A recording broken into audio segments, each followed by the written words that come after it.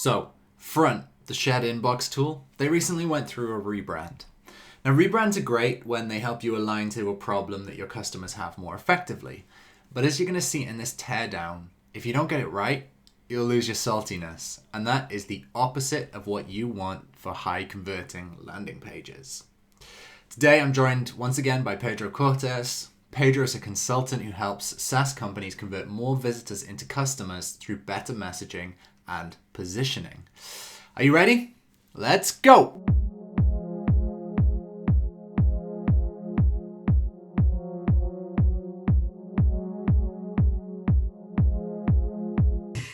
Yeah, let's do it. All right. Nice to see you again. It's our last time together. Yeah, it's our last time. Let's make it the best teardown this time. All right. Well, today we're going to look at Front. So I'm going to just share my screen again. Yeah, let's have a look. All right. Here we go. Front. Okay. So I loved Front previously. I got a huge amount of respect for Mathilde, who is the one of the co-founders. She's the CEO. I love that. I love that a European company has kind of gone over and raised a huge amount of money. They're from Paris originally, so super interesting. The reason I chose this is because they've recently updated it and they've had a rebrand, and I just honestly feel like they killed the thing. I have no idea why they've gone for a lot of the choices that they've gone for.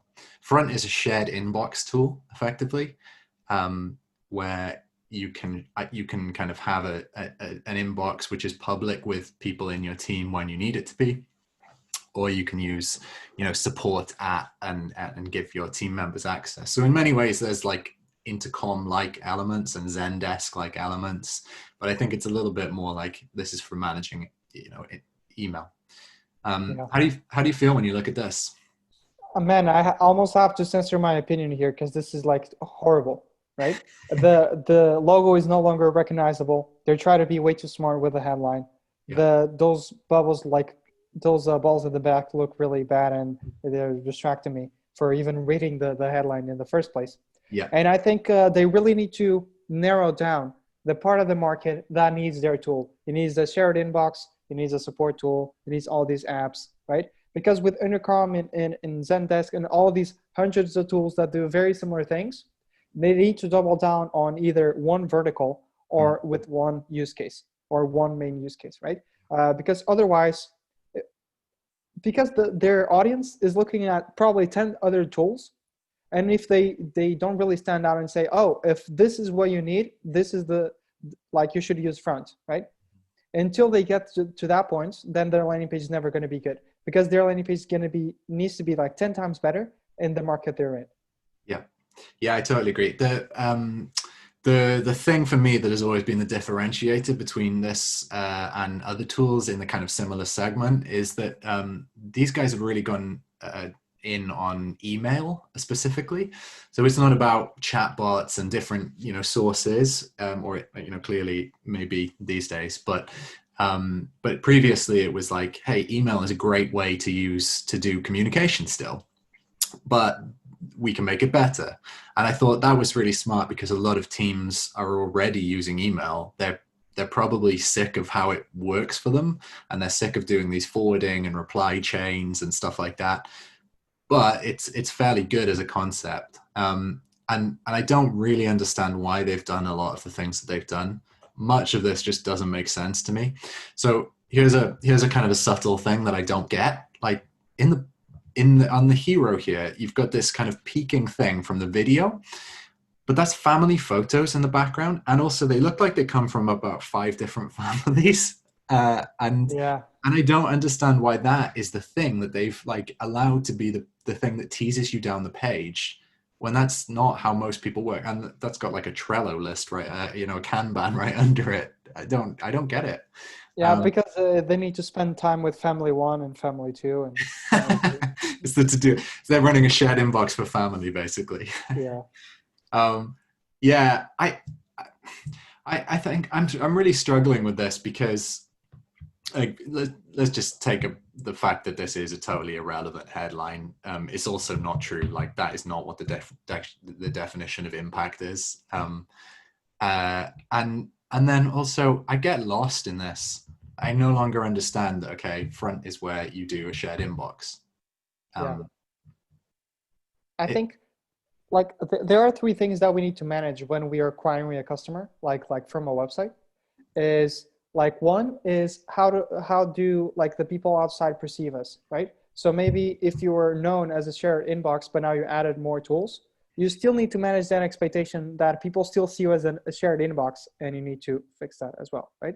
Then how people see the value, right? So maybe you're communicating something, but they see the value as being something else. That is going to screw your conversions as well, right? And number three is what the actual product does, right? So what does the product do? How do people perceive the value in it, right? Because maybe you think the value is one thing, and where in the reality they see it's something else. And how does the market perceive you before they even try the tool, right? Those are three expectations you need to manage, and there clearly you haven't managed any of them. Yeah, I would agree. And another thing that's distracting me right here is this this chatbot. Like, Yep. what? I think, hey there, ready to start your front trial? Fine, but I have no idea what front is because I've just landed on this page that doesn't really tell me. Yeah. And from the screenshots, I can see a shared inbox this time. Yeah, and that's what they previously kind of majored on, but Yeah. now no longer seem to. Like, it doesn't say shared inbox anywhere on there, and I can't really understand why they wouldn't put that on there. Maybe they're trying to move away from it, but it's also not clear what they're trying to move towards. Oh, it's universal inbox now. Yeah, they try to talk about sharing families now from the video.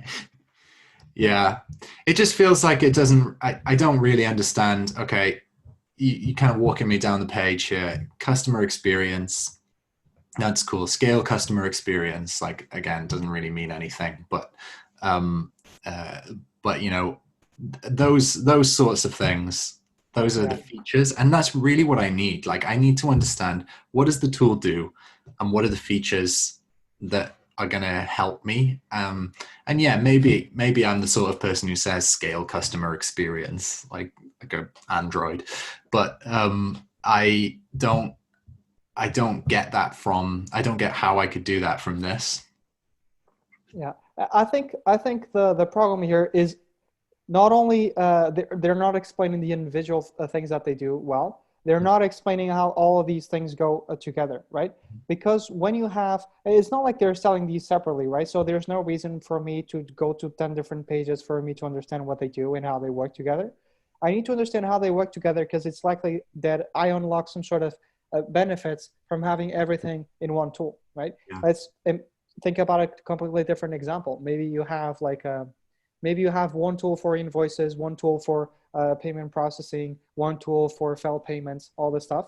If you had everything in one place, not only you can fix that, maybe more, have like a more streamlined way of fixing it, but you also unlock hidden insights you wouldn't notice before, right? Maybe you would notice that you would have data on, I don't know, to see that 20% of your customers get 80% of your revenue, and then you would double down on one customer. Maybe you would notice that you're spending way too much money on one thing when in reality you shouldn't be spending money on that at all, right? Yeah. There are some benefits, there are some insights that people get from using all these things together, and it's not clear how they go together. It's not clear how each of them works, right? So it's really they really just screw everything up in this case with stock photos and everything. It seems like they didn't even try.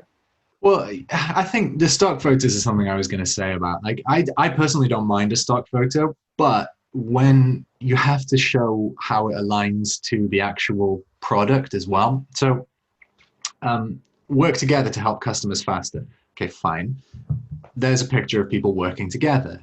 But the point of front is that you don't have to be in the same room. You can be wherever, working on your laptops, like these, lonesome people up here. And you don't have to be in the same room in order to help your customers faster, because you can collaborate wherever you are.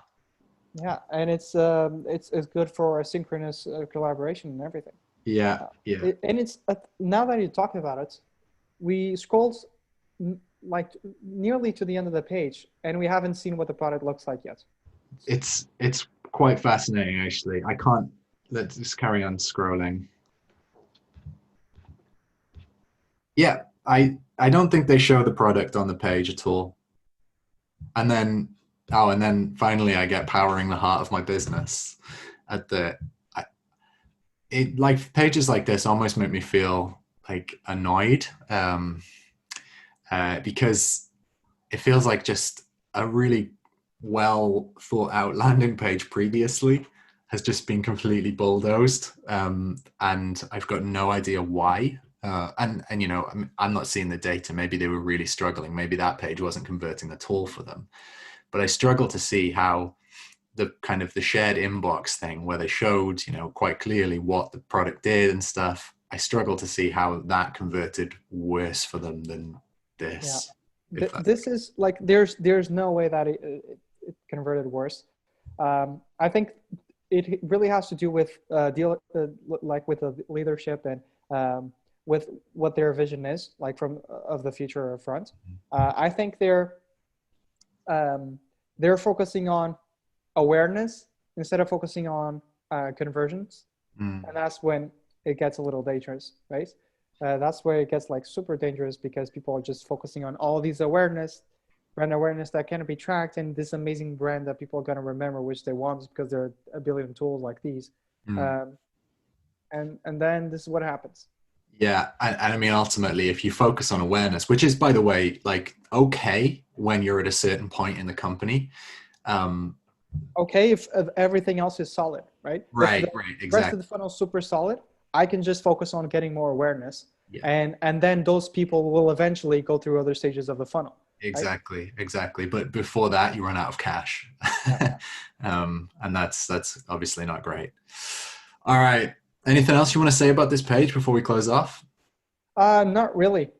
Uh, I just don't want to look at it anymore. Oh man, there you go. All right, well, cheers for doing these with us. It's been really interesting. Awesome, man. I'm glad you like the videos. Let's try to find a better example next time, and hopefully you'll be pleased. Hey, I hope you enjoyed that teardown. We're going to do more of these in the future. So I want you to do this. I don't want you to subscribe on YouTube. Frankly, I want you to subscribe to the Positive Human newsletter. Now, this is a collection of the best B2B SaaS resources that I found on the internet. I add original commentary where it's relevant, and also add in these original teardowns too. It comes out twice a month, and it's free. So you go to positivehuman.co. I'll put the link in the description, and you just enter your email address and sign up. And you can access the library of resources there. It's searchable in real time. All right. See you again soon. Bye.